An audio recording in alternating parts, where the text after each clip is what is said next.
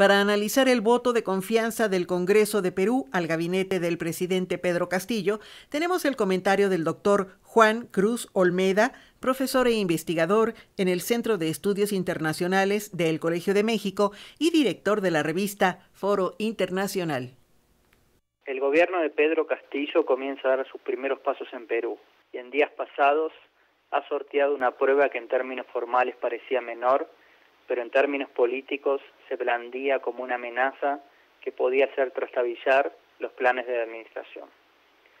Con 73 legisladores a favor frente a 50 en contra, el Parlamento del país dio su voto de confianza al gabinete que el presidente había juramentado hace pocas semanas. En caso de que no se hubiesen conseguido los apoyos necesarios, los ministros y ministras habrían tenido que renunciar.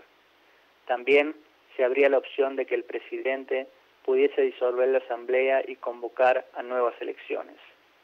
En cualquier caso, esta situación hubiese generado una crisis política a tan solo un mes de que Castillo llegase al poder, en un clima de profunda polarización que aún atraviesa el país.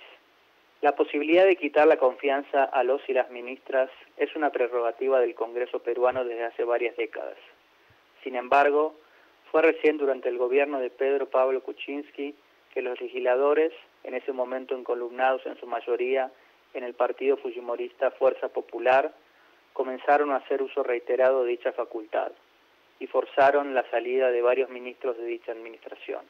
Inclusive avanzaron en numerosos intentos por imponer dicha sanción sobre el propio presidente, quien finalmente terminó renunciando.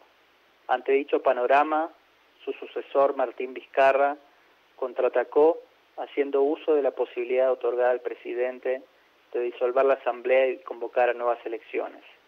Si bien esta iniciativa le permitió quebrar al bloque fujimorista, no le sirvió para generar una base de apoyo propia, y el mismo Vizcarra terminó siendo sometido a una moción de vacancia por el nuevo legislativo, acusándolo de diversos actos de corrupción.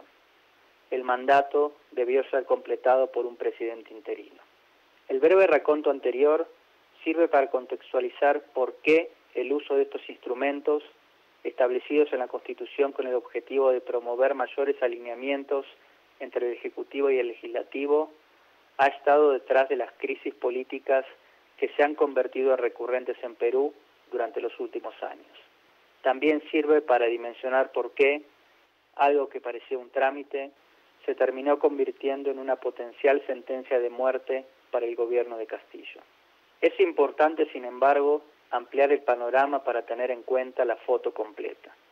Un primer factor a considerar es la debilidad de la bancada del partido del presidente, Perú Libre, en el legislativo.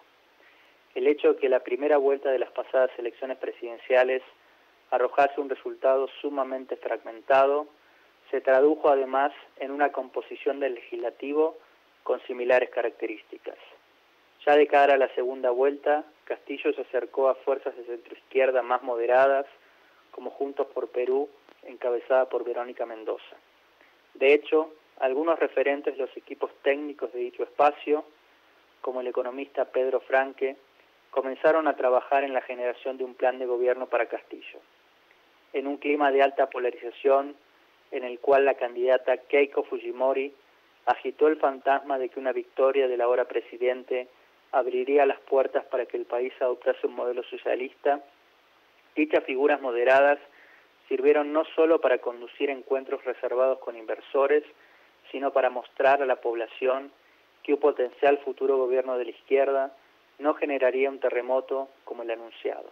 Por eso llamó a muchos la atención que luego de la victoria de Castillo en la segunda vuelta y su juramentación como presidente, la composición del nuevo gabinete incluyera figuras con un perfil abiertamente radical, como el primer ministro Guido Bellido, personaje cercano al líder del partido Perú Libre, Vladimir Cerrón. Bellido no solo era y es resistido por considerarse alguien cercano al antiguo grupo guerrillero Sendero Luminoso, sino por haber realizado en el pasado reiteradas aseveraciones abiertamente homofóbicas y misóginas. Su nombre no solo promovió el rechazo de diversos sectores de la sociedad, sino que inclusive llevó a Franque, ya por entonces una pieza de referencia, a rechazar a último momento asumir el cargo de ministro de Economía. No fue sino luego de arduas negociaciones con él y con el ahora ministro de Justicia, Aníbal Torres, quien también hizo público su rechazo a Bellido, que terminó de conformarse el gabinete. Similares cuestionamientos surgieron a otros integrantes del gabinete, como el ministro de Relaciones Exteriores, Héctor Bejar, el de Trabajo, Iber Maraví, y el de Defensa, Walter Ayala. De hecho, el primero debió renunciar luego de permanecer poco más de 2 semanas en el cargo por declaraciones en las que acusaba a la Marina de haber sido la iniciadora del terrorismo en el país, lo que generó un amplio rechazo de dicha fuerza. Es por todo lo anterior que muchos veían el trámite parlamentario como un escollo difícil de superar. Que haya sucedido, sin duda marca una primera victoria política para Castillo, pero también muestra la necesidad que tendrá el presidente de negociar de manera consistente sus principales políticas. No a pocos resultó significativo que en las intervenciones de los miembros del gobierno durante la discusión en el legislativo no se haya hecho mención a la propuesta de sancionar una nueva constitución, una de las principales banderas de campaña de Castillo. En este contexto, cierta moderación se impondrá por su propia fuerza como una necesidad para el nuevo presidente. Para Radio Educación, Juan Cruz Olmeda, profesor investigador del Centro de Estudios Internacionales del Colegio de México.